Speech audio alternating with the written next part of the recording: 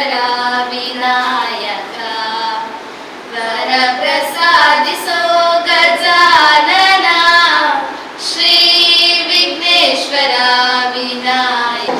ಆತ್ಮೀಯ ಮಕ್ಕಳೇ, ಕಾರ್ಯಕ್ರಮಕ್ಕೆ ಬಂದಂತಹ ಎಲ್ಲ ಅತಿಥಿ ಗಣ್ಯರನ್ನು ನಿಮ್ಮೆಲ್ಲರನ್ನು ಸ್ವಾಗತಿಸಲಿಕ್ಕಿದ್ದಾರೆ.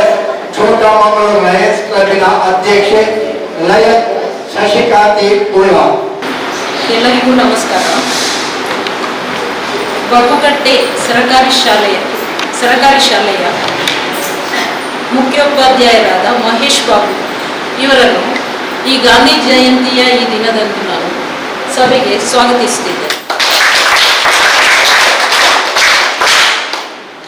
ನಿವೃತ್ತ ಸೇನಾನಿ ದಂಪತಿಗಳು ಕೆ.ಸಿ. ನಾರಾಯಣ್ ಇವರನ್ನು ಕೂಡ ಸ್ವಾಗತಿಸ್ತಾ ಇದ್ದೇನೆ.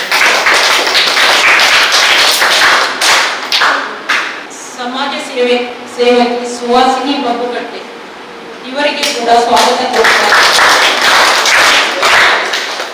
ಕಾರ್ಯದರ್ಶಿ ಸತೀಶ್ ಭಂಡಾರಿ, ಕೋಶಾಧಿಕಾರಿ ಭಾನುಮತಿ, ಸೇವಾ ಸಂಯೋಜಕರು ಲಕ್ಷ್ಮಣ್ ಶೆಣೈ ಹಾಗೂ ಕ್ಲಬ್ಬಿನ PRO ವಿದ್ಯಾಧರ್ ಶೆಟ್ಟಿ ಇವರಿಗೂ ಸ್ವಾಗತ. ಮಾಜಿ ಅಧ್ಯಕ್ಷರು ಹರಿಣಾಕ್ಷಿ ಕೊಲ್ಯ, PQI ಮೆಂಬರ್ ಮಲ್ಲಿಕಾ ಭಂಡಾರಿ ಇವರನ್ನು ಸ್ವಾಗತಿಸ್ತಾ ಇದ್ದಾರೆ.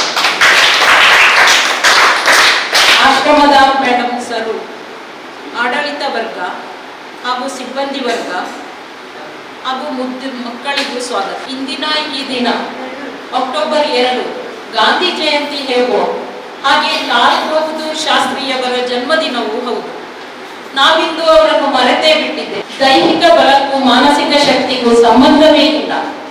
ಮನದಲ್ಲಿ ದೃಢತೆ ಇರುವವರು ಎಂತಹ ಕಠಿಣತೆಯನ್ನು ಧೈರ್ಯವಾಗಿ ಎದುರಿಸಬಲ್ಲರು ಎಂದು ಸಾರಿದವರು ನಮ್ಮ ದೇಶ ಕಂಡ ಮಹಾನ್ ನಾಯಕ ಶಾಸ್ತ್ರೀಜಿ. 1956ರಲ್ಲಿ ತಮಿಳುನಾಡಿನಲ್ಲಿ ನಡೆದ ರೈಲು ದುರಂತದಲ್ಲಿ ಸುಮಾರು 150 ಜನರ ಬಲಿಯಾಗಿ ಸಾವಿರಾರು ಜನ ಗಾಯಗೊಂಡರು. ರೈಲ್ವೆ ಸಚಿವರಾಗಿದ್ದ ಶಾಸ್ತ್ರೀಜಿಯವರು ನೈತಿಕ ಹೊಣೆ ಹೊತ್ತು ಕೂಡಲೇ ತಮ್ಮ ಸಚಿವ ಸ್ಥಾನಕ್ಕೆ ರಾಜೀನಾಮೆಯನ್ನಿದ್ದರು. ಎಲ್ಲರಿಗೂ ಮಾದರಿಯಾದರು. ಗಾಂಧೀಜಿಯವರ ಸರಳತೆಯನ್ನು ಮಾತ್ರ ಮೈಗೂಡಿಸಿಕೊಂಡು ಜೀವನ ಪರ್ಯಂತ ಹಾಗೆಯೇ ಬಾಳಿದರು. ದೇಶದ ಗೃಹ ಸಚಿವನಾದಾಗಲೂ ಸ್ವಂತಕ್ಕೆ ಒಂದು ಮನೆಯನ್ನು ಹೊಂದಿರಲಿಲ್ಲ. ಜೈಲಿನಲ್ಲಿದ್ದ ಸಂದರ್ಭ ಮಗಳ ಚಿಕಿತ್ಸೆಗೆ ಹಣವಿಲ್ಲದೆ ಸ್ವಂತ ಮಗಳನ್ನೇ ಕಳೆದುಕೊಂಡರು. ದೇಶದಲ್ಲಿ ಆಹಾರ ಕೊರತೆಯಾದಾಗ ತಾನು ಒಂದು ಹೊತ್ತಿನ ಊಟ ಬಿಟ್ಟು ಕೂತ ಧೀಮಂತ ದೇಶ ನಾಯಕ ನಮ್ಮ ಶಾಸ್ತ್ರಿ. ಅಪ್ರಾಮಾಣಿಕತೆ, ಭ್ರಷ್ಟಾಚಾರ, ಅರಾಜಕತೆ ತಾಂಡವವಾಡುತ್ತಿರುವ ಈ ದೇಶದಲ್ಲಿ ಶಾಸ್ತ್ರೀಜಿಯವರ ಆದರ್ಶ ಪ್ರಶಂಸನೀಯ. ಇದು ನಮ್ಮ ನಾಯಕರ ಮನೆಗಳಲ್ಲಿ ಒಡಗೂಡಿ ನಿಂತರೆ ಭಾರತ ವಿಶ್ವ ಗುರುವಾಗಬಹುದು. ಜೈ. ಎಲ್ಲರನ್ನು ಸ್ವಾಗತಿಸಿ ಕಾರ್ಯಕ್ರಮದ ಕುರಿತು ಪ್ರಾಸ್ತಾವಿಕ ಮಾತುಗಳನ್ನಾಡಿದಂತಹ ನಮ್ಮ ಛೋಟಾಮಂಗಳೂರು ಲಯನ್ಸ್ ಕ್ಲಬ್ಬಿನ ಅಧ್ಯಕ್ಷೆ ಲಯನ್ ಶಶಿಕಾಂತಿ ಉಳ್ಳಾಳ ಅವರನ್ನು ಕೂಡ ಎಲ್ಲರ ಪರವಾಗಿ ಸ್ವಾಗತಿಸ್ತಾ ಇದೀಗ ಕಾರ್ಯಕ್ರಮವನ್ನು ಮುಂದುವರಿಸುತ್ತಾ ನಮ್ಮ ರಾಷ್ಟ್ರಪಿತ ಮಹಾತ್ಮ ಗಾಂಧೀಜಿಯವರ ಭಾವಚಿತ್ರದ ಎದುರು ದೀಪ ಬೆಳಗಿಸಿ ಪುಷ್ಪಾರ್ಚನೆಯ ಮೂಲಕವಾಗಿ ಅವರ ಜಯಂತಿಯನ್ನು ಆಚರಿಸುತ್ತಾ ಈ ಕಾರ್ಯಕ್ರಮವನ್ನು ಮುಂದುವರಿಸ್ತಾ ಇದ್ದೇವೆ.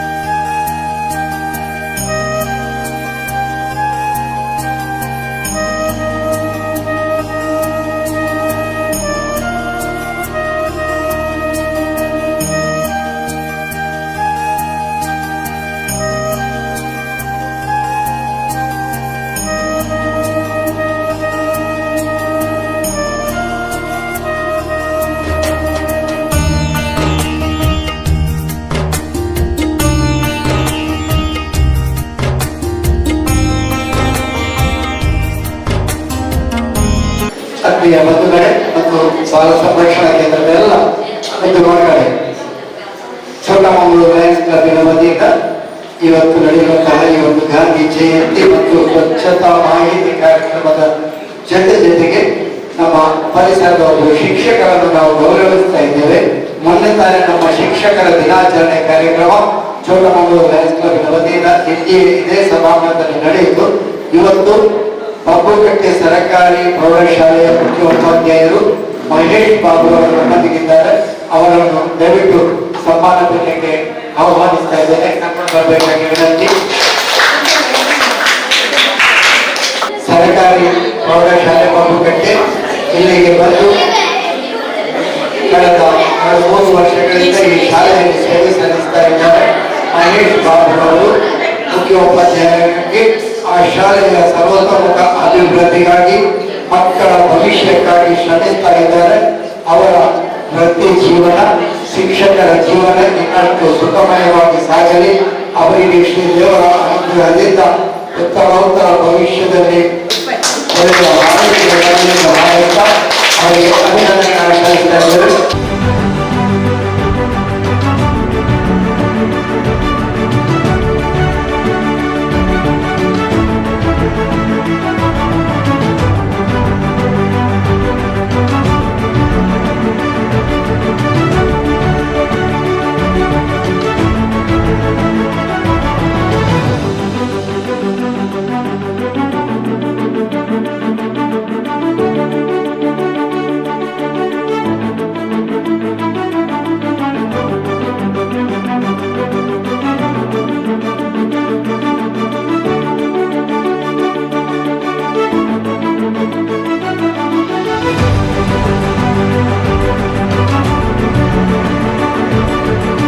ಈ ಒಂದು ಜನ್ಮದಿನದ ಕಾರ್ಯಕ್ರಮದಲ್ಲಿ ನಮ್ಮಿಂದ ಸನ್ಮಾನ ಗೌರವವನ್ನು ಪಡೆದಂತಹ ಬಬ್ಬುಕಟ್ಟೆ ಸರ್ಕಾರಿ ಹಿರಿಯ ಪ್ರಾಥಮಿಕ ಶಾಲೆಯ ಮುಖ್ಯೋಪಾಧ್ಯಾಯರು ಮಹೇಶ್ ಬಾಬು ಅವರು ನಮ್ಮನ್ನು ಉದ್ದೇಶಿಸಿ ಉತ್ತರ ರೂಪದ ಸಂದೇಶದ ಮಾತುಗಳನ್ನು ಆಡಬೇಕಾಗಿ ಕೇಳಿಕೊಳ್ತಾ ಇದ್ದೇನೆ. ಈ ಸಮಾರಂಭದ ಅಧ್ಯಕ್ಷತೆ ವಹಿಸಿರ್ತಕ್ಕಂಥ ಗೌರವಿತ ಲಯನ್ಸ್ ಕ್ಲಬ್ ಮಂಗಳೂರು ಇದರ ಅಧ್ಯಕ್ಷರಾದಂಥ ಶ್ರೀಮತಿ ಶಶಿಕಾಂತ್ ಮೇಡಮ್ ಅವರೇ, ಹಿರಿಯರಾದಂಥ KCM ಸರ್ ಅವರೇ, ಲಕ್ಷ್ಮಣ್ ಸರ್ ಅವರೇ, ಶರಣೆ ಸರ್ ಅವರೇ, ನಮ್ಮ ಮಾತೃ ಸಮಾನವಾದಂಥ ಸುಹಾಸಿನಿ ಅಕ್ಕ ಅವರೇ, ಮತ್ತು ವೇದಿಕೆಯಲ್ಲಿ ಹೆಸರು ಗೊತ್ತಿಲ್ಲ ತಪ್ಪಾಗಿ ತಿಳ್ಬೇಡಿ, ಎಲ್ಲ ಗೌರವಿತ ಲಯನ್ಸ್ನ ಪದಾಧಿಕಾರಿಗಳೇ, ನಮ್ಮ ಆಶ್ರಮದ ವಾರ್ಡಾಗಿರ್ತಕ್ಕಂಥ ಗೌರವಿತ ಸರ್ವರ್ಕ್ ಅವರೇ, ಮಾಧ್ಯಮ ಮಿತ್ರದವರೇ, ಆಶ್ರಮದ ಪುಟಾಣಿ ಮಕ್ಕಳೇ ಮತ್ತು ಪದವಿ PUC ಉನ್ನತ ಶೈಕ್ಷಣಿಕ ವ್ಯಾಸಂಗ ಮಾಡ್ತಕ್ಕಂಥ ಗೌರವದ ಎಲ್ಲ ನನ್ನ ಮುದ್ದು ವಿದ್ಯಾರ್ಥಿ ಮತ್ತು ವಿದ್ಯಾರ್ಥಿನಿಯರೇ, ಈ ದಿವಸ ಬಹಳ ಸಂತೋಷವಾದಂತಹ ಒಂದು ದಿವಸ. ಇವತ್ತು ಗ್ರಾಮ, ಜಿಲ್ಲೆ, ರಾಷ್ಟ್ರ, ಅಂತಾರಾಷ್ಟ್ರೀಯ ಮಟ್ಟದಲ್ಲಿ ಬಾಪೂಜಿಯವರು ಮತ್ತು ಲಾಲ್ ಬಹದ್ದೂರ್ ಶಾಸ್ತ್ರಿಯವರ ಜನ್ಮ ದಿನಾಚರಣೆಯನ್ನ ಬಹಳ ಸಡಗರ ಸಂಭ್ರಮದಿಂದ ಎಲ್ಲ ಕಡೆ ಆಚರಣೆ ಮಾಡ್ತಾ ಇದ್ದೇವೆ. ಈ ಒಂದು ಸುಸಂದರ್ಭದಲ್ಲಿ ನನ್ನನ್ನು ಗುರುತಿಸಿ ಇಂತಹ ಒಂದು ಪುಣ್ಯ ದಿವಸ ಒಂದು ಸರ್ಕಾರಿ ಪ್ರೌಢಶಾಲೆಯ ಮುಖ್ಯಸ್ಥರಾದಂಥ ನನ್ನನ್ನ ಲಯನ್ಸ್ ಕ್ಲಬ್ನವರು ಮತ್ತು ಹಿರಿಯರು ಮತ್ತು ಶೆಣೈ ಸರ್ ಅವರು ಮತ್ತು ಸರ್ವರ್ಕ್ ಅವರು, ಮಾಧ್ಯಮ ಮಿತ್ರದವರು, ಇವರೆಲ್ಲರೂ ಕೂಡ ನಮ್ಮ ಸಂಸ್ಥೆಯಲ್ಲಿ ನನ್ನನ್ನು ಇಲ್ಲಿ ಗುರುತಿಸಿ ಈ ದಿವಸ ನನಗೆ ಇಲ್ಲಿ ರಾಷ್ಟ್ರಪಿತ ಗಾಂಧೀಜಿಯವರ ಜನ್ಮದಿನದಂದು ಸನ್ಮಾನಿಸಿದ ನನ್ನ ಅತ್ಯಂತ ಪುಣ್ಯ ದಿನ ನನ್ನ ಜೀವನದಲ್ಲಿ ಅಂತ ಹೇಳಲಿಕ್ಕೆ ತಪ್ಪ. ಮಂಗಳೂರು ಲಯನ್ಸ್ ಕ್ಲಬ್ನ ಎಲ್ಲ ಗೌರವಿತ ಅಧ್ಯಕ್ಷರು ಪದಾಧಿಕಾರಿಗಳಿಗೆ ನಾನು ಚಿರಋಣಿಯಾಗಿದ್ದೇನೆ. ಮತ್ತೆ ಈ ಸಂದರ್ಭದಲ್ಲಿ ಒಂದೆರಡು ಮಾತುಗಳನ್ನ ಮೊದಲು ನನ್ನ ಸಂಸ್ಥೆಯ ಬಗ್ಗೆ ಮಾತಾಡಲಿಕ್ಕೆ ನಾನು ಇಚ್ಛೆ ಪಡ್ತೇನೆ. ನಾನು ಮೂಲತಃ ಹಳೆ ಮೈಸೂರು ಭಾಗದವರು. ಅಲ್ಲಿಂದ ಕಳೆದ 3 ವರ್ಷದಲ್ಲಿ ಬಡ್ತಿ ನೀಡಿದಾಗ ಸ್ಥಳಾವಕಾಶ ಇಲ್ಲದೆ ದಕ್ಷಿಣ ಕನ್ನಡಕ್ಕೆ ಮಾತ್ರ ನಮ್ಮ ಕೆಲವು ಸ್ನೇಹಿತರನ್ನ ಇಲಾಖೆ ನಿಯೋಜನೆ ಮಾಡಿತು. ಅದರಲ್ಲಿ ನಾನು ಒಬ್ಬ.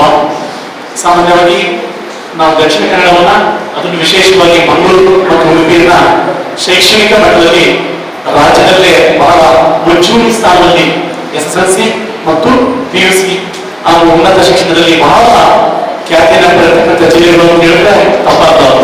ಇದು ಒಂದು ವಿಷಯವನ್ನ ನಾವು 1989-90ರಿಂದ ಅಂದ್ರೆ ನಾವು SSLC ಬಂದಾಗ ಅವರಿಗೆ ಮಂಗಳೂರು, ಉಡುಪಿ, ಮೈಸೂರು ಅದರ ರ್ಯಾಂಕ್ ಸಿಸ್ಟಮ್ ಇತ್ತು. ನಮ್ಮ SSLC ನನ್ನ ಸ್ನೇಹಿತರನ್ನಾದ ಈ ಭಾಗದಲ್ಲಿ ಹೆಚ್ಚು ಆಧಾರದಲ್ಲಿ ಕೂಡ ಸಕ್ತವಾಗಿ ರ್ಯಾಂಕ್ ಬೆಳೆಸ್ತಕ್ಕಂಥ ಉನ್ನತ ಶಿಕ್ಷಣವನ್ನು ನೀಡತಕ್ಕಂಥ ಒಂದು ಸ್ಥಳ, ಒಂದು ಶಿಕ್ಷಣದ ಕಲ್ಪವೃಕ್ಷ ಅಂತ ಹೇಳಿದ್ರೆ ನಮ್ಮ ದಕ್ಷಿಣವನ್ನ ಅಥವಾ ಉಡುಪಿಯನ್ನ ಬಹಳ ಖುಷಿ ಆಗುತ್ತೆ.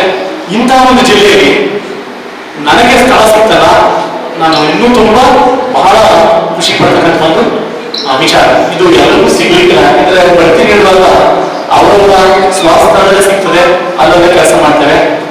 ಮತ್ತೆ ಇನ್ನೊಂದು ನಾವು ಮಂಗಳೂರಿನ ಇಲ್ಲಿ ಎಲ್ಲಾಂತರೆ ವಿಶ್ವವಿದ್ಯಾನಿಲಯ, ಇಲ್ಲಿ ನಮ್ಮ ಚಿಂತನೆಗಳು, ಇಲ್ಲಿ ನಮ್ಮ ಸಂಸ್ಕೃತಿ ಬಹಳ ಬೇರೆತಕ್ಕಂಥ ಒಂದು ಸುಪ್ರಸಿದ್ಧವಾದಂತಹ ಸ್ಥಳ ಅಂತ ನನ್ನ ಬುದ್ಧಿ ಬಂದಾಗ ನಾನು ನೋಡ್ಕೊಂಡು ಬಂದಿದ್ದೆ. ಮತ್ತೆ ವ್ಯಾಸಂಗದಲ್ಲೂ ಕೂಡ ನಾವು ಕೇಳಿದ್ದು ಅಂದ್ರೆ ಸ್ವಾತಂತ್ರ್ಯ ಏನಾಗ್ತದೆ, ಇಲ್ಲಿ ಕೂಡ ಉತ್ತಮವಾದ ಸಂಸ್ಥೆಗಳು ಶಿಕ್ಷಣಕ್ಕೆ ತಮ್ಮದೇ ಆದ ಕೊಡುಗೆಯನ್ನ ಎಲ್ಲಾ ಕ್ಷೇತ್ರದಲ್ಲೂ ಬಹುಶಃ ಸಂಸ್ಕೃತಿಯನ್ನ ಕಲ್ಚರ್ ಹೆರಿಟೇಜ್ ಪ್ರಾಪರ್ಟಿಯನ್ನ ಎಕ್ಸ್ಪೋಸ್ ಮಾಡುತ್ತೆ ಅಂತ ಹೇಳಿದ್ರೆ ನಮ್ಮ ಮಂಗಳೂರು ಅಂತ ಹೇಳಿದ್ರೆ ಬಹಳ ಖುಷಿ ಆಗುತ್ತೆ.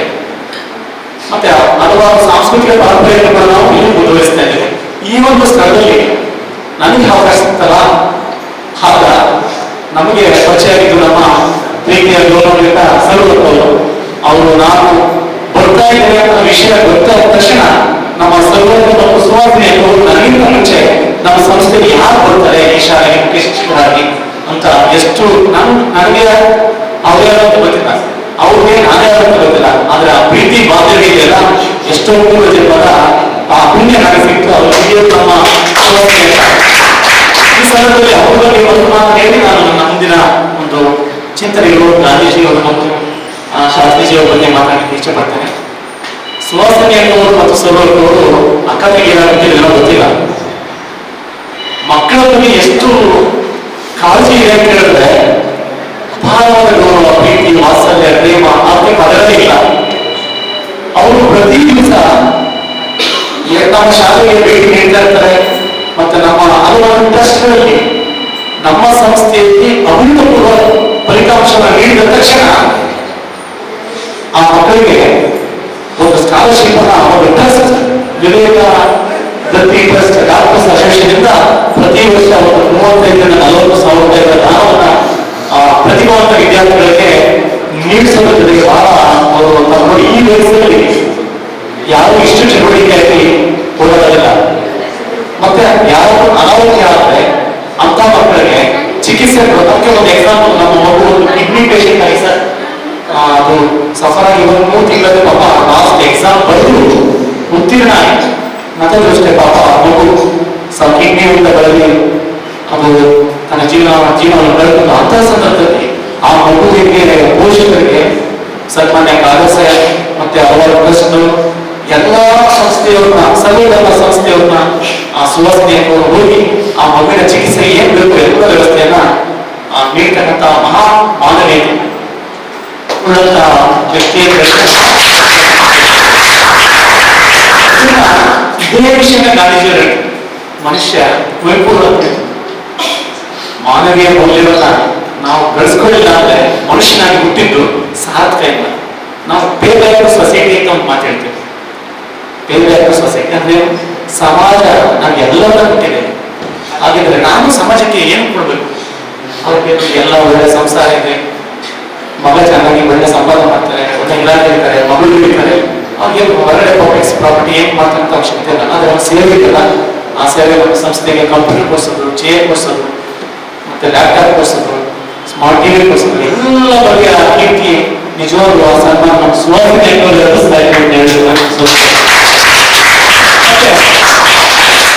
ಎಲ್ಲವೂ ಇದ್ದು ನಮ್ಮ ಸರ್ವರ್ಗವರು ಈ ಸಂಸ್ಥೆಯಲ್ಲಿ ಸುಮಾರು 100 ಮಕ್ಕಳು ವ್ಯಾಸಂಗ ಮಾಡ್ತಿರ್ಬೇಕಾದ್ರೆ ಅವ್ರಿಗೆ ತಾಯಿಯಾಗಿ ಸುಮಾರು 20 ವರ್ಷಗಳಿಂದ ಈ ಸಂಸ್ಥೆಯಲ್ಲಿ ಎಲ್ಲ ರೀತಿ ಮಕ್ಕಳಿಗೆ ತಂದೆ ತಾಯಿ ಕೂಗನ್ನ ದೂರ ಹೋಗಲಾಡಿಸಿ ಮಾತೆಗಿಂತಲೂ ಕೂಡ ಹೆಚ್ಚಿನ ಪ್ರೀತಿ, ಗೌರವ ಮತ್ತು ನಮ್ಮ ಸಂಸ್ಥೆಗೆ ಅಪಾರವಾದ ಕಾಣಿಕೆ ಅದು ಹೇಳಿದಾಗ ಅದು ಕುರ್ಚಿ, ಟೇಬಲ್ ಮತ್ತೆ ಎಲ್ಲ ತಾನು ಬರ್ತಕ್ಕಂಥ ಅಲ್ಪ ಸ್ವಲ್ಪ ಸಂಬಳವನ್ನು ಸೇವ್ ಮಾಡಿ ಸಂಸ್ಥೆಗೆ ಬೇಡ ಅಂದ್ರೂ ಕೂಡ ಉತ್ತಮ ಕೊಡುಗೆ ನಲ್ಲಿರ್ತಕ್ಕಂಥ ಒಂದು ಕೊಡುಗೆ ಕೈ ಇದೆಯಲ್ಲ, ಆ ಕೈ ಅದು ಬಹಳ ಉದಾಹರಣೆ. ಈ ತರ ವ್ಯಕ್ತಿಗಳನ್ನ ನೋಡಿ ಬಂದ್ರೆ ನೀವು ಮುಂದಕ್ಕೆ ನೀವು ಅವರಿಗೆ ಆಗಬೇಕು. ದೂರದ ಯಾವುದೋ ಒಂದು ಚಾನಲ್ ಅಲ್ಲಿ ನಾವು ಯಾವುದೋ ಮಾಡಲ್ಗಳನ್ನ ನೋಡಿ ಯಾವುದನ್ನ ಆದರ್ಶ ಮಾಡಬೇಕು ಅಂತ ಟಿವಿಗಳಲ್ಲಿ ನೋಡಿ ಅಥವಾ ಪತ್ರಿಕೆಗಳಲ್ಲಿ ನೋಡಿ ಅದಕ್ಕಿಂತ ಈ ರೀತಿ ಪ್ರತ್ಯಕ್ಷವಾಗಿ ಕಾಣ್ತಕ್ಕಂಥ ಸರ್ವರ್ಗ ಮತ್ತು ನಮ್ಮ ಸುವಾಸನೆಗಳನ್ನ ಅದಕ್ಕಿಂತ ಶ್ರೇಷ್ಠವಾದಂತ ಏನು ವ್ಯಕ್ತಿತ್ವ ಹೊಂದಿರುವಂತ ಭಾವನೆ ಇದೆಯಲ್ಲ, ಅದು ಬೇರೆ ಪ್ರತ್ಯಕ್ಷ ಸಾಕ್ಷಿಗಳು. ಅವರು ಅಷ್ಟೇ ನಮ್ಮ ಸಂಸ್ಥೆಗೆ ಅಪಾರವಾದ ಪ್ರಮಾಣವಾದ ಕೊಡುಗೆ ನೀಡುತ್ತಿದ್ದಾರೆ. ಈ ಸಂದರ್ಭದಲ್ಲಿ ನಾವು ಹೇಳಲೇಬೇಕು.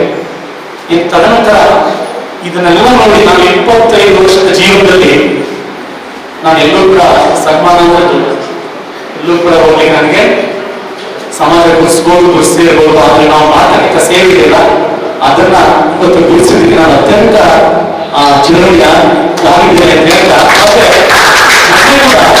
ರೋಗಿಯವರು ಕರೆಯಲು ನಾನು ನಮ್ಮ ಸಂಸ್ಥೆಯಲ್ಲಿ ಒಳ್ಳೆ ಉತ್ತಮ ಕೆಲಸ ನಿರ್ವಹಿಸಿದಂತ ಶ್ರೀಮತಿ ಜ್ಯೋತಿ ಅವರನ್ನ ನಾನು ಕಳಿಸ್ಕೊಟ್ಟೆ. ಯಾಕೆ ಅಂತ ಹೇಳಿದ್ರೆ ನೋಡಿ ಸರ್, ಒಂದು ತಾಲೂಕಲ್ಲಿ 8 ಮಕ್ಕಳು 10 ಮಕ್ಕಳು 14 ಮಕ್ಕಳು ಒಂದೇ ತಾಲೂಕಲ್ಲಿ 125 ಕನ್ನಡ 125 ತೆಗೆದು ಎಲ್ಲ ನಾವು ಕೇಳಿದ್ರೆ ನಮ್ಮ ಈ ಭಾಗದಲ್ಲಿ ಅಥವಾ ನಮ್ಮ ರಾಜ್ಯದಲ್ಲಿ ಈ ಬರಬಹುದು ಕೆಲವು ಕಡೆ 125ಕ್ಕೆ 125 ಅಂಕಗಳನ್ನು ನಮ್ಮ ಸಂಸ್ಥೆಯ ಮಕ್ಕಳು ತೆಗೆದುಕೊಂಡಿದ್ದಾರೆ.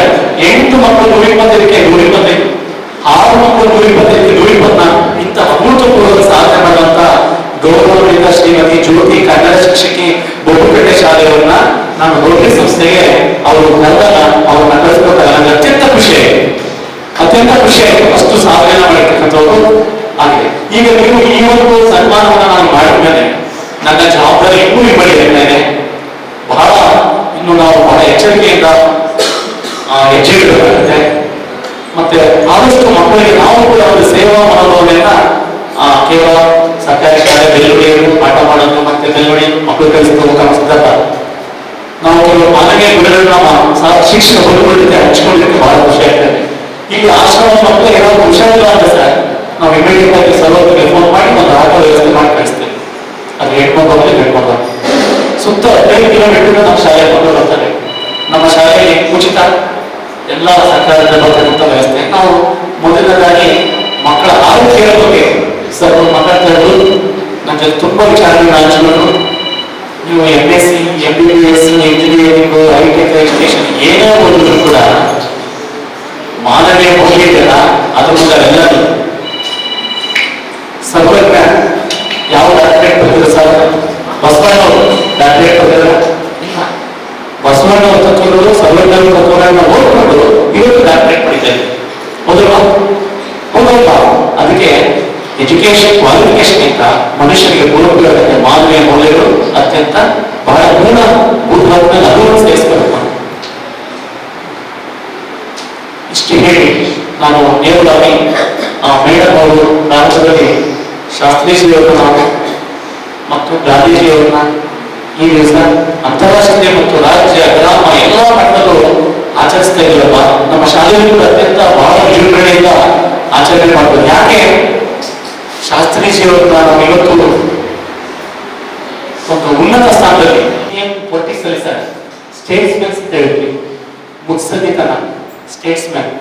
ಅದರಲ್ಲಿ ಕೆಲವೇ ವ್ಯಕ್ತಿಗಳಲ್ಲಿ ಆ ಹೆಸರನ್ನ ಬರೀಬೇಕು ಅಂತ ಹೇಳಿದ್ರೆ ಎಲ್ಲರೂ ಎಲ್ಲ ರಾಜಕಾರಣಿಗಳು ಬರೀಬೇಕಲ್ಲ.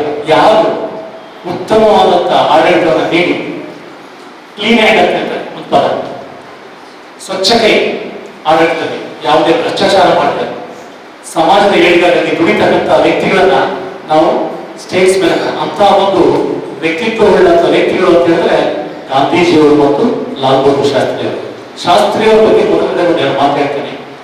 ಅವರು ಒಂದು ಅಪಘಾತದ ಬಗ್ಗೆ ಮೇಡಮ್ ಒಂದು ವಿವರಣೆ ಹೇಳ್ತಾರೆ.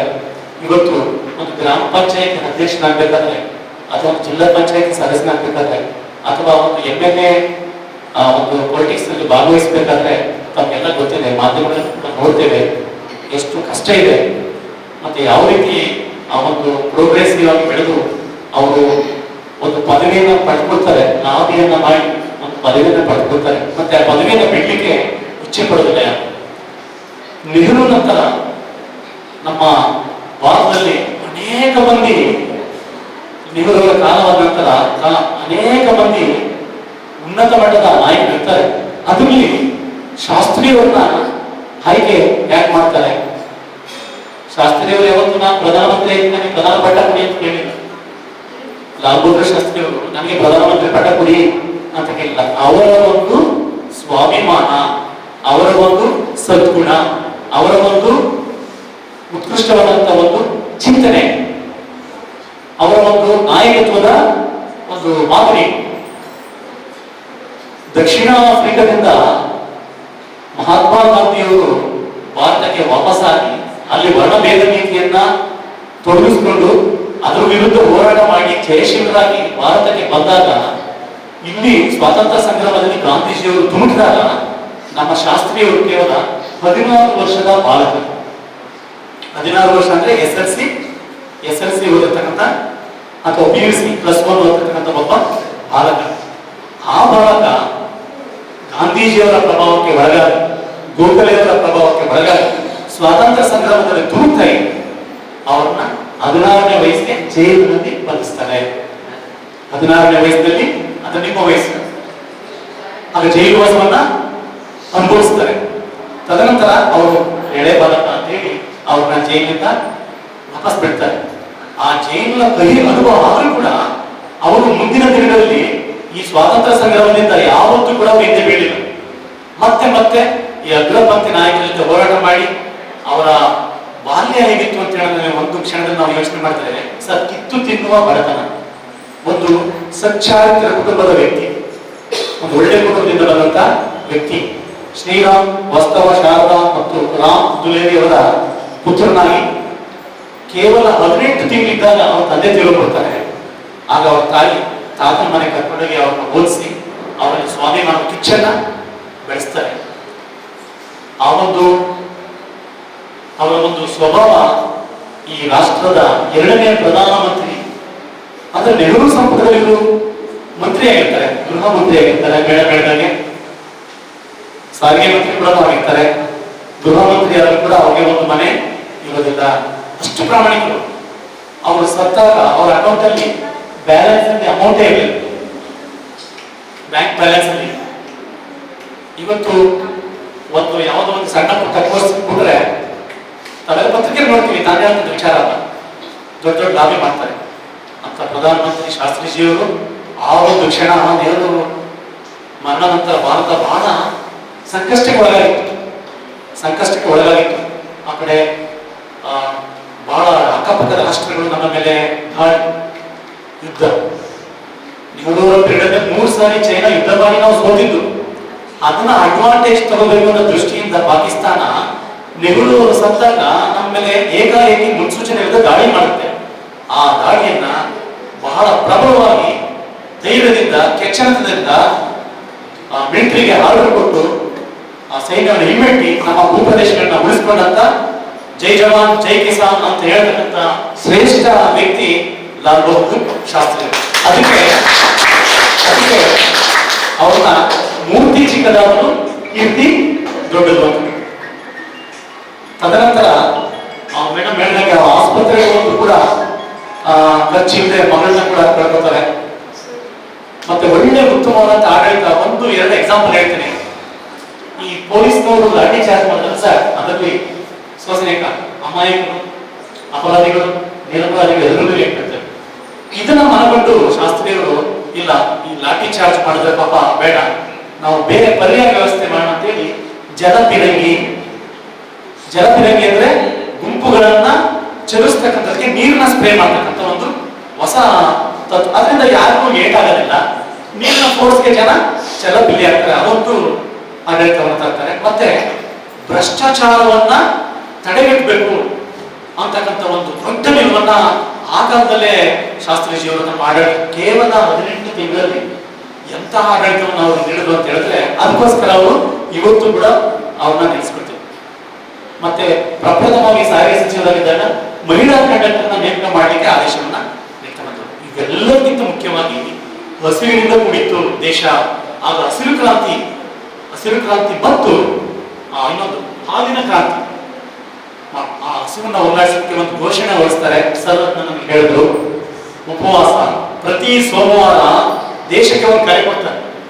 ಈ ಒಂದು ದಿವಸ ನಾವು ಉಪವಾಸ ಮಾಡಿದರೆ ಆಹಾರ ಅದು ಮುಂದಿನ ದಿನಕ್ಕೆ ಆಗುತ್ತೆ ಅಂತ ದೊಡ್ಡ ಕ್ರಾಂತಿಯನ್ನ ಅವರು ಸೃಷ್ಟಿ ಮಾಡಿ ಒಂದು ಭಾರತವನ್ನ ಅತ್ಯಂತ ಯಶಸ್ವಿ ರಾಷ್ಟ್ರದ ಕಡೆಗೆ ಕರ್ಕೊಂಡು ಹೋಗ್ತಕ್ಕಂಥ ಮೇಧಾವಿ ಅವರ ಸಾವು ಚರಿತ್ರೆಯಲ್ಲಿ ಈಗಲೂ ಕೂಡ ಇಂಡಿಯಾ ಪಾಕಿಸ್ತಾನದ ಒಂದು ಸಂಧಾನದಲ್ಲಿ ರಷ್ಯಾದ USSR ನಲ್ಲಿ ಒಂದು ಸಂಧಾನ ಸಭೆಯಲ್ಲಿ ಆಗುತ್ತೆ. ತಡ ಆ ರಾತ್ರಿ ಅವರು ಹೃದಯಘಾತವಾಗಿ ಹೋಗ್ತಾರೆ. ಇದು ವಿಚಾರ ಯಾಕೆ ನಿಮ್ಗೆ ಹೇಳಿದೆ ಅಂತ ಹೇಳಿದ್ರೆ, ನನ್ನ ಭಾರತ 1857ರಲ್ಲಿ ಭಾರತ ಹಿಂದೆ ನಾವು ಬಹಳ ಸಂಪತ್ತು ಬೆಳೆದುಕೊಂಡಿತ್ತು, ಬಹಳ ದೊಡ್ಡ ಶ್ರೀಮಂತ ರಾಷ್ಟ್ರ, ರಿಚೆಸ್ಟ್ ಕಂಟ್ರಿ.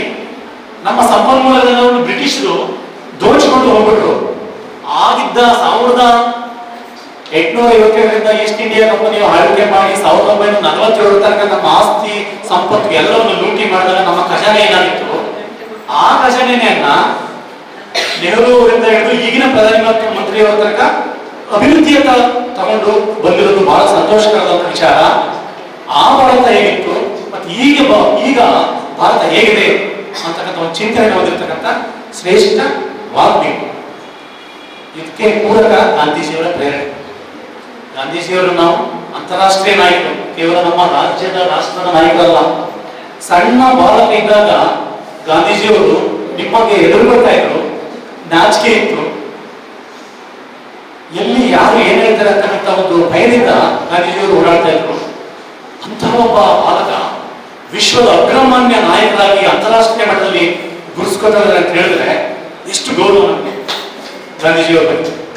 ಹೌದಲ್ವಾ? ತನಗೆ ಆದಂತ ಅನುಭವವನ್ನ ರೈಲಿನಲ್ಲಿ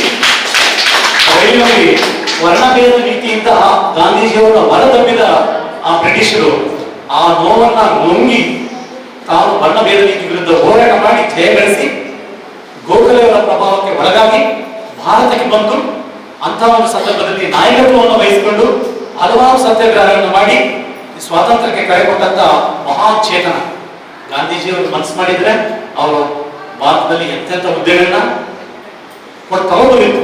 ಆದ್ರೆ ಅವ್ರು ಯಾವತ್ತೂ ಕೂಡ ಅದಕ್ಕೆ ಇಚ್ಛೆ ಪಡಲಿಲ್ಲ.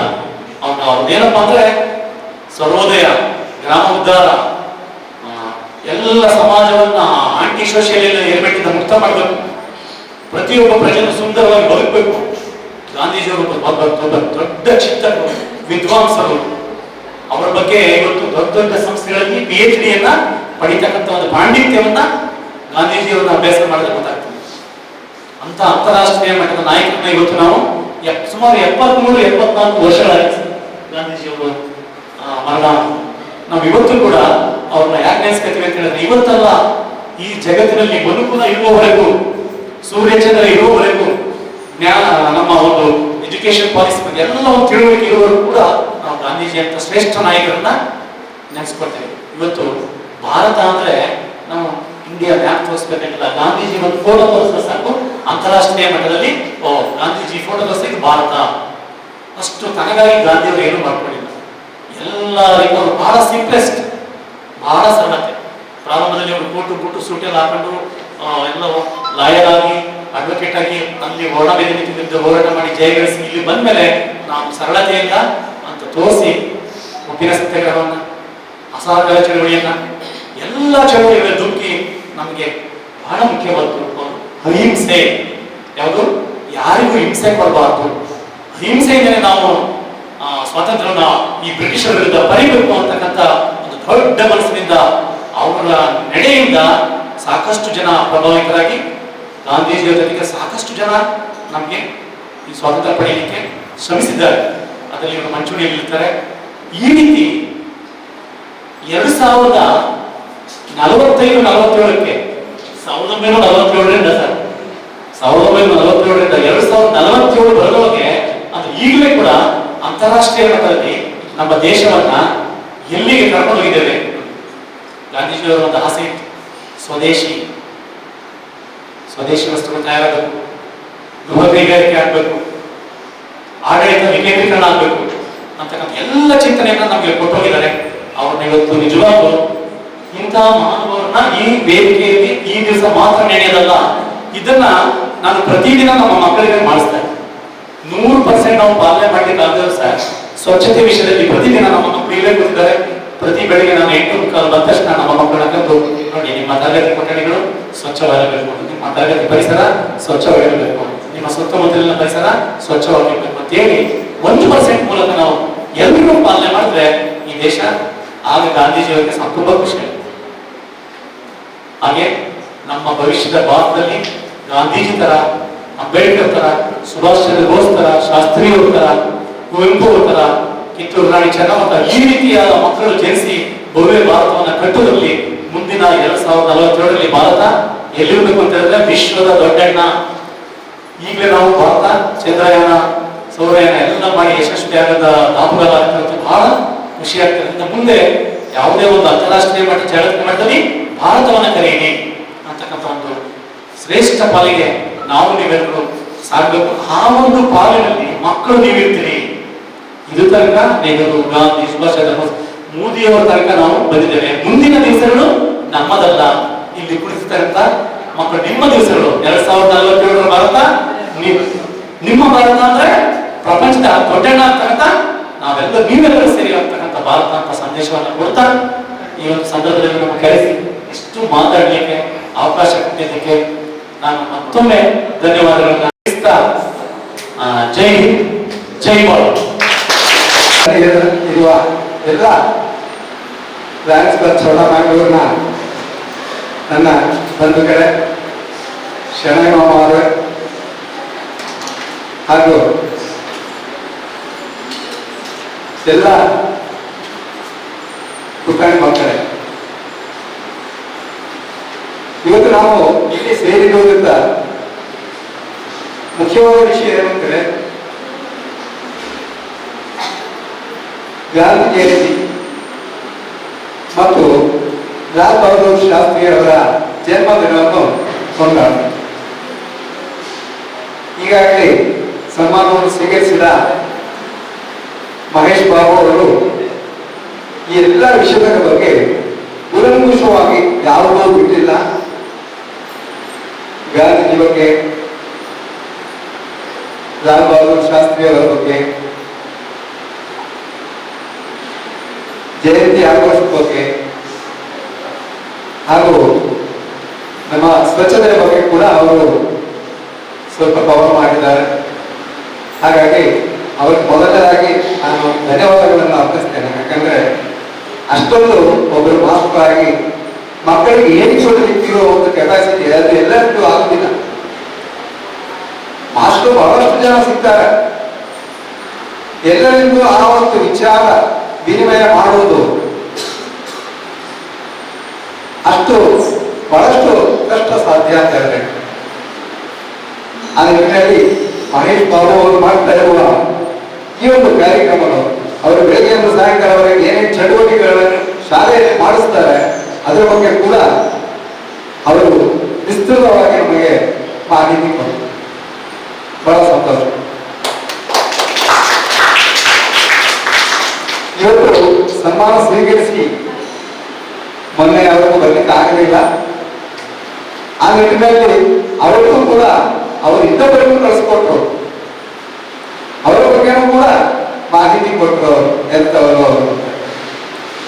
ಸೊ ಇದನ್ನೆಲ್ಲ ಮಾಡಬೇಕಾದ್ರೆ ಅವರ ಮನಸ್ಸು ಹೇಗಿರಬೇಕು. ನನ್ನನ್ನು ಕರೆದ್ರೆ ನಾನು ಓದುವುದಿಲ್ಲ, ನಾನು ಇನ್ನೊಬ್ಬರು ಕಳಿಸ್ಬೋದು ಇಲ್ಲ ಅಂತ ತಿಳ್ಕೊಳ್ತಾರೆ ಈ ಕಾಲದಲ್ಲಿ.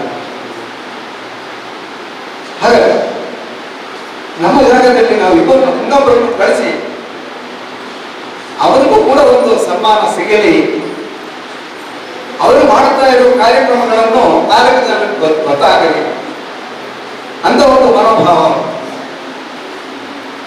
ಅದಕ್ಕೊಂದು ನನ್ನ ಒಂದು ಸೆಲ್ಯೂಟ್. ಎರಡನೇದಾಗಿ ಸ್ವಚ್ಛ ಭಾರತ. ನನಗೆ ಸ್ವಚ್ಛ ಭಾರತದ ಬಗ್ಗೆ ಒಂದೆರಡು ಮಾತಾಡಬೇಕು ಅಂತ ಹೇಳ್ತೀನಿ.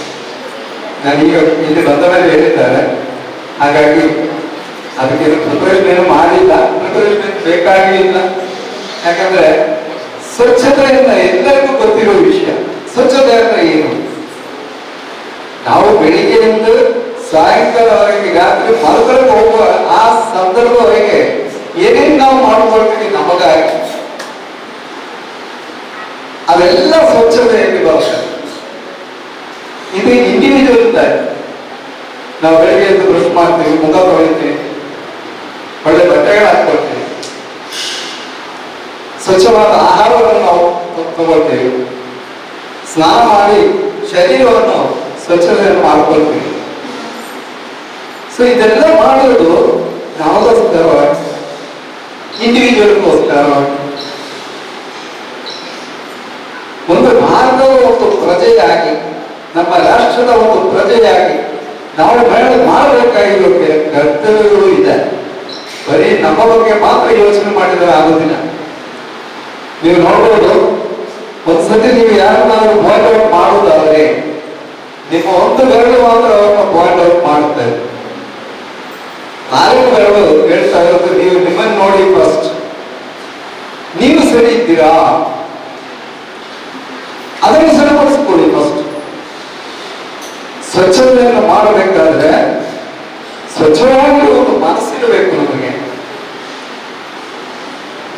ಆಗ ಮಾತ್ರ ನಾವು ಸ್ವಚ್ಛತೆಯನ್ನು ಕಾಪಾಡಿಕೊಳ್ಳಬಹುದು. ಎರಡನೇದಾಗಿ ಹಿಂದಿಯಲ್ಲಿ ಒಂದು ಮಾತು ಉಂಟು, ಸ್ವಚ್ಛ ಹೀ ಸುಂದರ ಹೇ. ಸ್ವಚ್ಛತೆಯನ್ನು ನೋಡಿ ಎಷ್ಟು ಸುಂದರವಾಗಿರುತ್ತೆ. ಅದೇ ತರ ಇನ್ನೊಂದು ಈ ವರ್ಷದಿಂದ ಶುರುವಾಗಿರುವುದು ಸ್ವಚ್ಛ ಹೀ ಸೇವಾ ಹೇ. ಸ್ವಚ್ಛತೆ ಕಾಪಾಡ್ತಾ ಇರೋದು ಅದೇ ನಮ್ಮಿಂದ ಮಾಡಬೇಕಾಗಿರುವ ಒಂದು ಸೇವೆ. ರಾಜ್ಯಕ್ಕೆ, ರಾಷ್ಟ್ರಕ್ಕೆ ನಮ್ಮಿಂದ ಆಗಬೇಕಾಗಿರುವುದು ಸ್ವಚ್ಛತೆ. ಯಾಕೆ ಈ ಸ್ವಚ್ಛತೆಯನ್ನು ಮಾಡಬೇಕು? ನಾವು ಏನು ಅಷ್ಟೊಂದು ಇಂಪಾರ್ಟೆಂಟ್ ಸ್ವಚ್ಛತೆ ಕೊಡಬೇಕು? ನಾನು ಒಂದು ವಿಚಾರ ನನಗೆ ಮನಸ್ಸಿಗೆ ಬರ್ತಾ ಇದೆ. 1978 ನಾನು ಡಿಫೆನ್ಸ್ ಅಲ್ಲಿ ಇರುವಾಗ ಅಲಹಾಬಾದ್ ಇದ್ದೆ. ಆವಾಗ ಆ ಸಂದರ್ಭದಲ್ಲಿ ಆ ಅಲಹಾಬಾದಲ್ಲಿ ಯಾರಾದರೂ ತೀರೋಗಿದ್ರೆ ಅವರ ಬಾಡಿಯನ್ನು ತಗೊಂಡೋಗಿ ಗಂಗಾದಲ್ಲಿ ಎಸೆಯುವುದು. ಹಾಗೆ ತಗೊಂಡೋಗ್ಬಿಟ್ಟು ಗಂಗಾದಲ್ಲಿ ಎಸೆಯುತ್ತೆ. ಗಂಗಾ ಮಾತೆ ಇವತ್ತು ಮುಕ್ತಿ ಸಿಗಲಿ ಅಂತೇಳಿ, ಯಾರಿಗೆ ತೀರೋಗಿರೋರಿಗೂ ಮುಕ್ತಿ ಸಿಗಲಿ ಅಂತೇಳಿ ಗಂಗಾದಲ್ಲಿ ಎಸೆದುಬಿಡ್ಬೋದು. ಸ್ವಲ್ಪ ಯೋಚನೆ ಮಾಡಿ, ಎಷ್ಟು ಜನ ಸಾಯ್ತಾರೆ ಒಂದೊಂದು ದಿವಸ. ಸತ್ತೋಗಿರುವವರೆಲ್ಲ ಗಂಗಾದಲ್ಲಿ ಹಾಕಿದ್ರೆ ಅವರಿಗೂ ಮುಕ್ತಿ ಸಿಗುತ್ತಾ?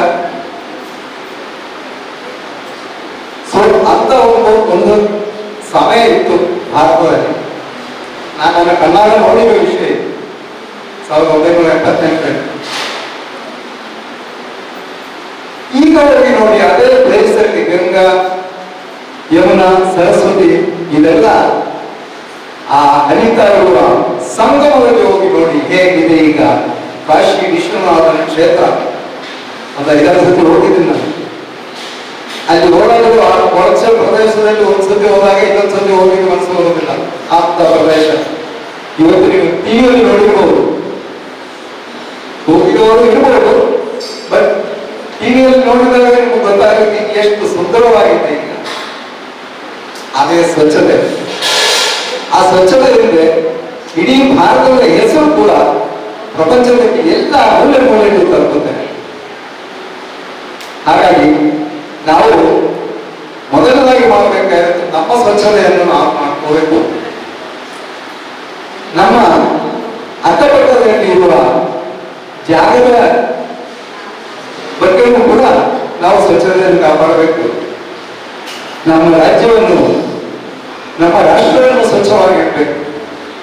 ಇದು ನಮ್ಮ ಕರ್ತವ್ಯ. ಈಗ ನಿನ್ನೆ ಸ್ವಚ್ಛ ಹೀ ಸೇವಾ ಅಂತೇಳಿ ನಮ್ಮ ಪ್ರಧಾನಮಂತ್ರಿಯವರು ಘೋಷಣೆ ಮಾಡಿರುವ ಕಾರ್ಯಕ್ರಮದಲ್ಲಿ 9,000 ಜಾಗದಲ್ಲಿ ಸ್ವಚ್ಛತಾ ಕಾರ್ಯಕ್ರಮ ಅಂತಿದೆ.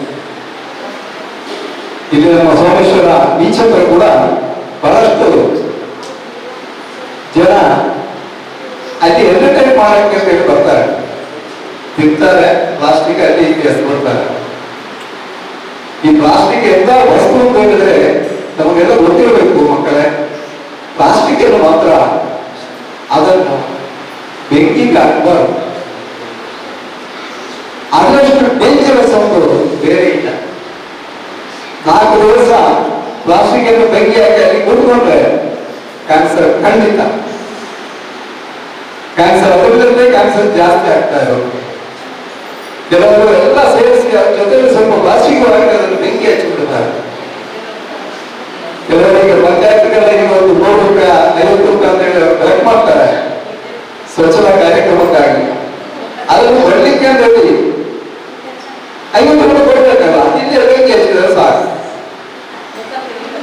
ಅದರಲ್ಲಿ ಇರೋ ಪ್ಲಾಸ್ಟಿಕ್ ಎಲ್ಲ ಸೇರಿಸಿ ಮಾಡಿಬಿಡ್ತಾರೆ.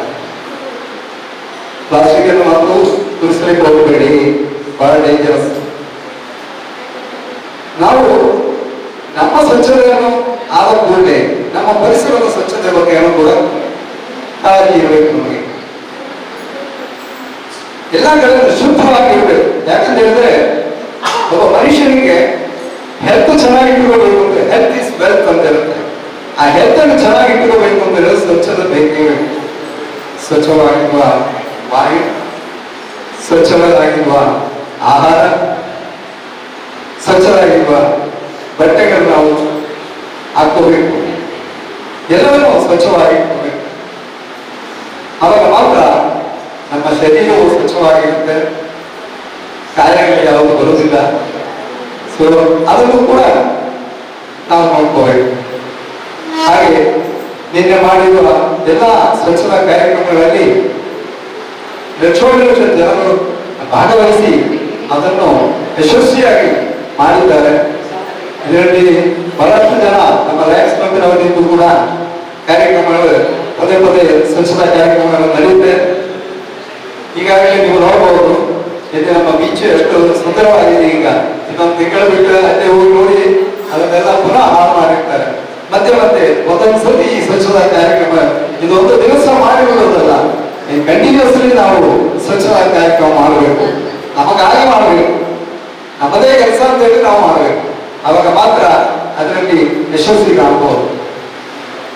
ಹಾಗೆ ನಮ್ಮ ಇವತ್ತಿನ ಈ ಕಾರ್ಯಕ್ರಮದಲ್ಲಿ ಗಾಂಧಿ ಜಯಂತಿ ಕೂಡ ನಾವು ಈಗಾಗಲೇ ಆಕರ್ಷಣೆ ಮಾಡಿದ್ದೇವೆ.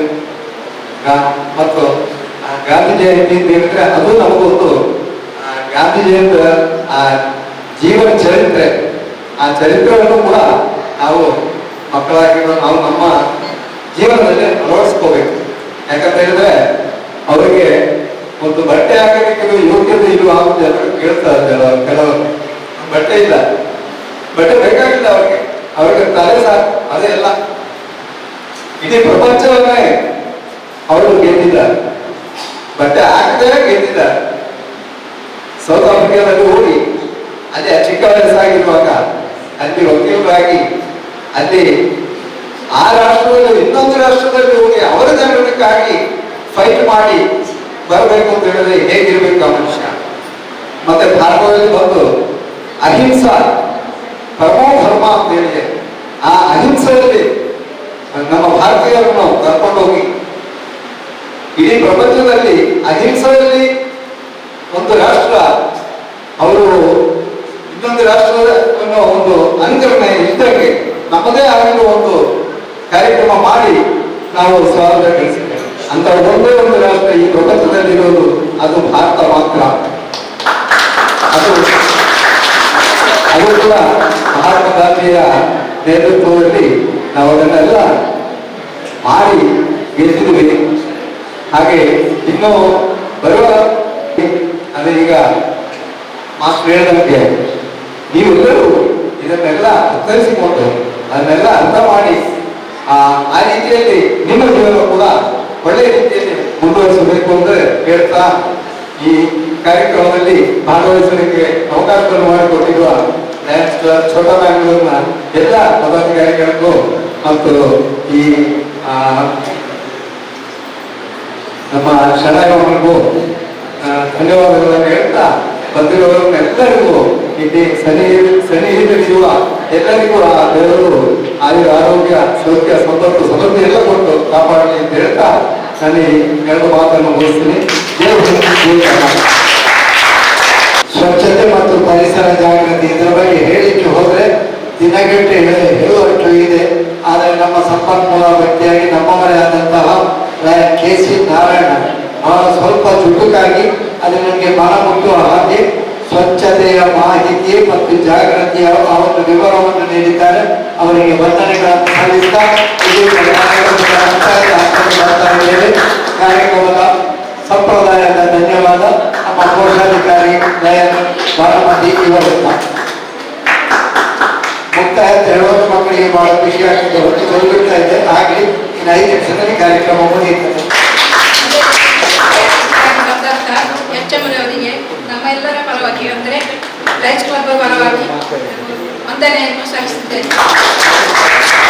ಹಾಗೆ ನಮ್ಮ ಕೆ.ಸಿ. ನಾರಾಯಣ ಸರ್ ಮತ್ತು ಇವರು ಹೊಸಕರು ವಿದ್ಯಾಧರಣ ಅವರ ಸಮಯ ಪಾಲನೆ ಅಂತ ಹೇಳಿದ್ರೆ ನಮಗೆ ತುಂಬ ಭಯ ಆಗ್ತದೆ. ಯಾಕೆ ಹೇಳಿದ್ರೆ ಅವರು ಬಂದ ತಕ್ಷಣ ನಮಗೆ ತಂದು ಹೆಂಗಸರು ಯಾವಾಗಲೂ ಲೇಟ್ ಆಗಿ ಬರೋದು ಅಂತ. ಹಾಗೆ ಅವರ ಸಮಯ ಪಾಲನೆ ನಾವು ನಿಜವಾಗಿಯೂ ಅನುಸರಿಸಬೇಕು. ಯಾಕೆಂದರೆ ನಮ್ಮ ಗಂಡ ಹೇಳ್ತಾರೆ, ನೀವು ಹೊರಟು ಅರ್ಧ ಗಂಟೆ ಮೊದಲೇ ಹೊರಟು ನಿಂತಿರ್ತಾರೆ, ಹೊರಡು ಅಂತ ಹೇಳ್ತಾರೆ. ಅದಕ್ಕೆ ನಾನು ಅದು ಎಂತ ನಿಮ್ಮದೊಂದು ಅರ್ಜೆಂಟು, ನಮಗೆ ಹೆಂಗಸರಿಗೆ ಎಷ್ಟು ಕೆಲಸ ಇರ್ತದೆ. ಹೌದು, ನೀವು ಕೆಲಸ ನಾವು ಬಿಟ್ಟು ಹೊರಡಬೇಕು.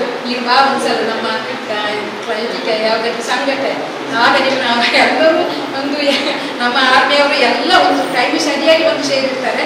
ಅದೇ ರೀತಿ ನೀವು ಸಹ ಪರಿಪಾಲನೆ ಮಾಡಬೇಕು ಅಂತ ಹೇಳ್ತಾ ಇರ್ತಾರೆ. ಹಾಗೆ ಅವರಿಗೂ ನಾನು ವಿದ್ಯಾಧರಣಿಗೂ ಮತ್ತು ಕೆ.ಸಿ. ನಾರಾಯಣ ಸರಿಗೂ ಸಹ ವಂದನೆಯನ್ನು ಸಲ್ಲಿಸುತ್ತೇವೆ. ಅದೇ ರೀತಿ ನಮ್ಮ ಸುವಾಸನ ಅವರು ಬಾರಿ ಒಂದು ಇದು ಎಂತ ಈ ಪ್ರಾಯದಲ್ಲಿ ಚುರುಕಾಗಿದ್ದಾರೆ. ಅವರು ಅಂದರೆ ಯಾವುದು ನಮ್ಮ ಇದರಲ್ಲಿ ನಮ್ಮ ನಮ್ಮಲ್ಲಿ ಆಸ್ಪತ್ರೆಗೆ ಬಂದು ಅವರೊಂದು ಇದರ ಬಗ್ಗೆ ಕ್ಯಾಂಪ್ ಬಗ್ಗೆ ಅದರ ಬಗ್ಗೆ ಎಲ್ಲ ವಿಷಯದಲ್ಲಿ ಬಂದು ಇದು ಕ್ಯಾಂಪನ್ನು ಮಾಡ್ತಿದ್ರು. ಅಷ್ಟು ನಿಜವಾಗಿ ಅವರೇ ಹೇಳ್ತಾರೆ ನನಗೆ, ನೀವು ರಿಟೈರ್ ಆಗಿದ್ರೆ ಈಗ ಅಂತ. ಹೌದು ಅಂತ ಅದೇನು ರಿಟೈರ್ ಈಗ ಎಲ್ಲ ಸಂಘ ಸಂಸ್ಥೆಗಳಿಗೆ ನೀವು ಹೋಗ್ತಾ ಇರಬೇಕು ಅಂತ ಹೇಳಿದ್ರು. ಅವರಿಗೂ ವಂದನೆಯನ್ನು ಸಲ್ಲಿಸುತ್ತೇನೆ. ಹಾಗೆ ನಮ್ಮ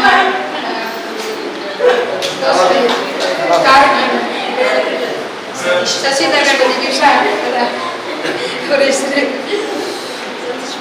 ಸತೀಶ್ ಬಂಡಾರವರಿಗೂ ಸಹ ನಾನು ವಂದನೆಯನ್ನು ಸಲ್ಲಿಸಿದ್ದೇನೆ. ಹಾಗೆ ನಮ್ಮ ಮಾಜಿ ಅಧ್ಯಕ್ಷರಾದ ಅವಿನಾಶ್ ಅವರಿಗೂ ಸಹ ವಂದನೆಯನ್ನು ಸಲ್ಲಿಸಿದ್ದೇನೆ. ನಮ್ಮ ಕುಮಾರಕ್ಕನಿಯವರಿಗೂ ಸಹ ವಂದನಿಸುತ್ತೇನೆ. ಹಾಗೂ ನಮ್ಮ ಸಣಿ ಸರ್ ಅವರ ಆಶ್ರಯ ಇಲ್ಲದಿದ್ದರೆ ಯಾವುದೂ ನಮಗೆ ನಡೆಯುವುದಿಲ್ಲ. ಅವರು ತುಂಬ ನಮಗೆ ಸಹಕಾರವನ್ನು ನೀಡ್ತಿದ್ದಾರೆ. ಅವರನ್ನು ಎಷ್ಟು ಹೊಗಳಿದ್ರೂ ಸಾಕಾಗುವುದಿಲ್ಲ. ಆದರೆ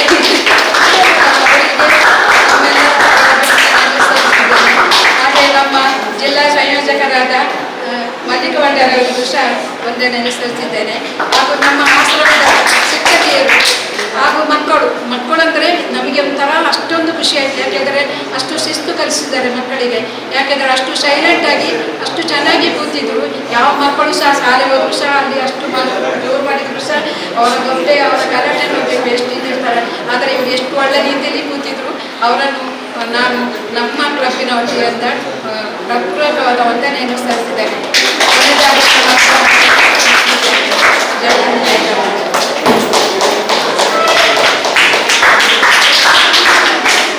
ಆತ್ಮೀಯ ಮಕ್ಕಳೇ, ನೀವು ಚಪ್ಪಲಿ ತಟ್ಟಕ್ಕೆ ಇನ್ನಷ್ಟು ಕೆಲವು ವಿಷಯಗಳಿವೆ, ಯಾವುದನ್ನು ಸರಿಯಾಗಿ ಕೇಳಿಕೊಳ್ಳಿ.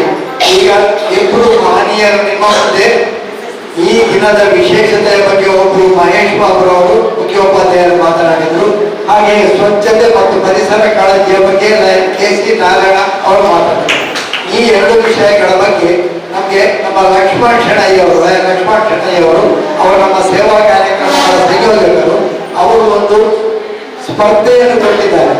ಈ 2 ವಿಷಯಗಳನ್ನು ಆರಿಸಿ ನೀವು ಪ್ರಬಂಧವನ್ನು ಬರೆದು ನವೆಂಬರ್ 1 ತಾರೀಕಿನ ಒಳಗೆ ಇಲ್ಲಿಯ ಮುಖ್ಯಸ್ಥರು ಸರ್ ಅವರಲ್ಲಿ ಕೊಟ್ಟರೆ ಇದರಲ್ಲಿ ಪರಿಶೀಲನೆ ಮಾಡಿ 3 ಬಹುಮಾನಗಳನ್ನು ಕೊಡ್ತಾರೆ. ಆ ಬಹುಮಾನಗಳ ಪ್ರಯೋಜಕರು ಅವರೇ ಆಗಿದ್ದಾರೆ. ಪ್ರಥಮ, ದ್ವಿತೀಯ, ತೃತೀಯ, ಮೊದಲನೆಯದು, ಎರಡನೆಯದು, ಮೂರನೆಯ ಬಹುಮಾನ ನೀವು ಬರೆಯುವ ಪ್ರಬಂಧ, ಆ ಪ್ರಬಂಧದ ಮೇಲೆ ತೀರ್ಮಾನ ಮಾಡಿ 3 ಬಹುಮಾನಗಳನ್ನು ಕೊಡ್ತಾರೆ. ಇದು ನಿಮಗೊಂದು ಪರೀಕ್ಷೆ. ನೀವು ಎಷ್ಟು ವಿಷಯವನ್ನು ಸರಿಯಾಗಿ ಕೇಳುತ್ತೀರಿ, ಆ ಕೇಳಿದ ವಿಷಯಗಳನ್ನು ಸರಿಯಾಗಿ ನೋಡಿಕೊಂಡು ಬರೆದು ಬಹುಮಾನವನ್ನು ಪಡೆಯಿರಿ ಅಂತ ಹೇಳಿಕೊಡುತ್ತಾ, ಸಭಾ ಅಧ್ಯಕ್ಷರ ಅನುಮತಿಯ ಮೇರೆಗೆ ಈ ಸಭಾ ಕಾರ್ಯಕ್ರಮಕ್ಕೆ, ಗಾಂಧಿ ಜಯಂತಿ ಮತ್ತು ಸ್ವಚ್ಛತಾ ಮಾಹಿತಿ ಕಾರ್ಯಕ್ರಮಕ್ಕೆ ಮುಕ್ತಾಯದ ಘೋಷಣೆಯನ್ನು ಮಾಡ್ತಾ, ಇವತ್ತಿನ ಮಧ್ಯಾಹ್ನದ ಆತಿಥ್ಯ ಭೋಜನ ಲಯನ್ ಲಕ್ಷ್ಮಣ್ ಶೆಣೈಯವರ ಆತಿಥ್ಯದಲ್ಲಿ ಎಲ್ಲರಿಗೂ ಇದೆ. ಎಲ್ಲರೂ ಈ ಒಂದು ಆತಿಥ್ಯ ಭೋಜನವನ್ನು ಸ್ವೀಕರಿಸಬೇಕಾಗಿ